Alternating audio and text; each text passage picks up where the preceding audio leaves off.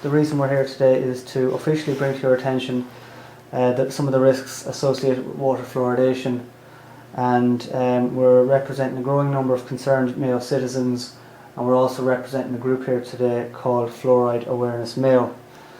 Firstly, I'd like to highlight a report completed in February of this year called Human Toxicity, Environmental Impact and Legal Implications of Water Fluoridation. The report was completed by Declan Waugh of Environment Management Services County Cork and is the most extensive report ever produced in Ireland on water fluoridation. Declan holds an honours degree in Environmental Science and Technology. He's a chartered environmentalist and he's a member of the Chartered Institution of Water and Environmental Management.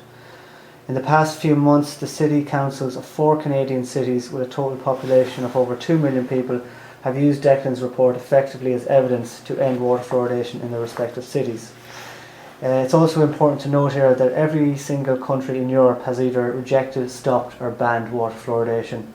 Germany citing the problematic nature of compulsory medication being the problem, and the Netherlands in 1973 court case ruling that there was no legal basis for fluoridation. Now let me give you some health facts here.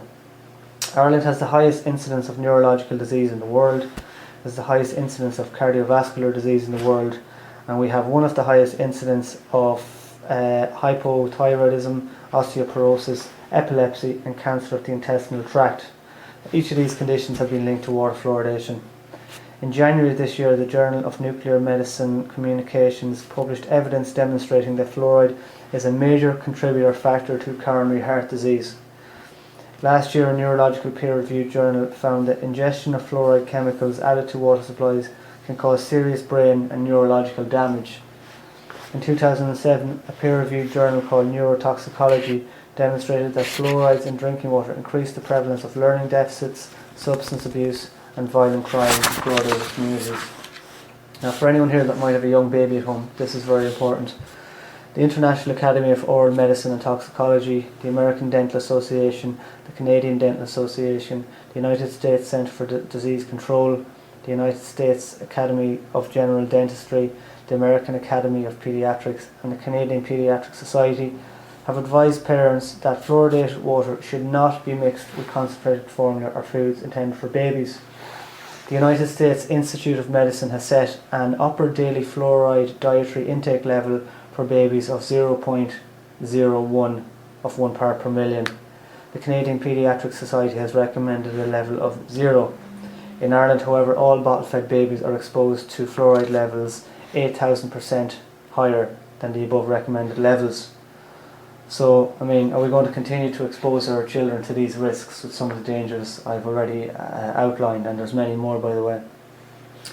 Now, the EU Commission's Scientific Committee for Consumers and Risk Assessment found that there was equivocal scientific evidence now linking fluoridated water with an often fatal childhood bone cancer called osteosarcoma.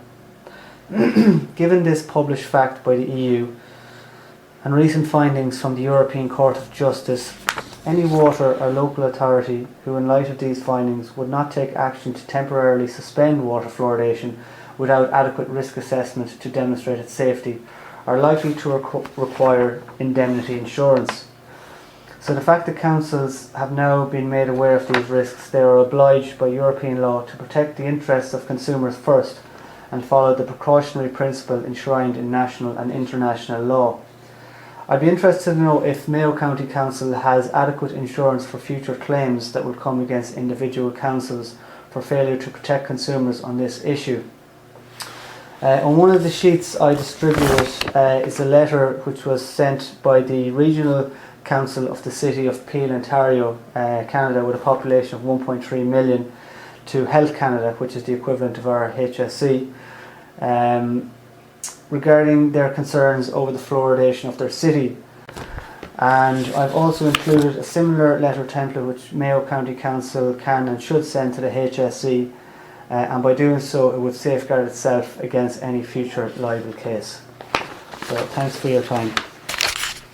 Zombie Nation, fluoridation. Zombie Nation, fluoridation. We don't need no fluoridation. We don't need no thought control.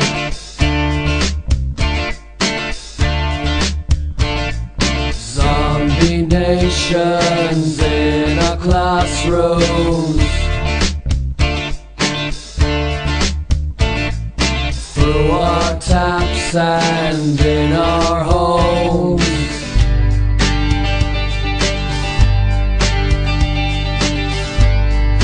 Hey, Tisha, leave our water alone. All in all, it's just another trick from the door. All in all, it's just another trick from the doll.